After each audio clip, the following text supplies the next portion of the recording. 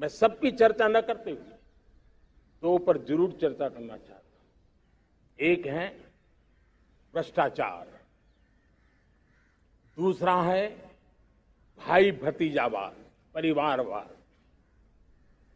भारत जैसे लोकतंत्र में जहां लोग गरीबी से जूझ रहे हैं,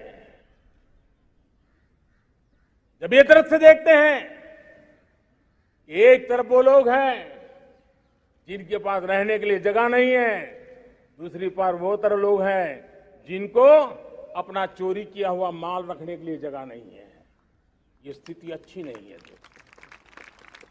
और इसलिए हमें भ्रष्टाचार के खिलाफ पूरी ताकत से लड़ना है। पिछले 8 वर्षों में डायरेक्ट बेनिफिट ट्रांसफर के द्वारा आधार, मोबाइल, इन सारे आधुनिक व्यवस्थाओं का उपयोग करते हुए 2 लाख करोड़ रुपए जो गलत हाथों में जाते थे, उसको बचा करके देश की भलाई के लिए काम लगाने में हम सफल हुए हैं। जो लोग पिछली सरकारों में बैंकों को लूट लूट करके भाग गए, उनकी संपत्तियां जब्त कर करके वापस लाने की कोशिश कर रहे हैं। कईयों को जेलों में जीने के लिए मजबूर करके रखा हुआ है। हमारी कोशिश है जिन्होंने देश को लूटा है उनको लौटाना पड़े, वो स्थिति हम पैदा करेंगे। भाइयों बहनों, अब भ्रष्टाचार के खिलाफ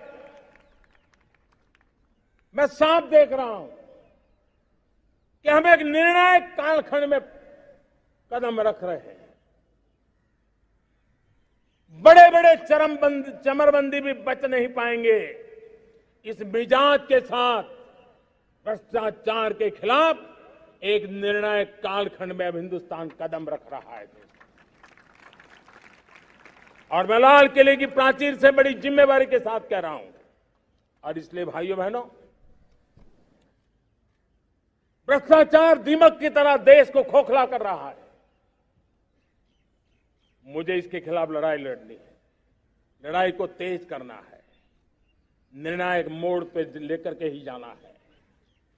तब मेरे 130 करोड़ देशवासी, आप मुझे आशीर्वाद दीजिए, आप मेरा साथ दीजिए।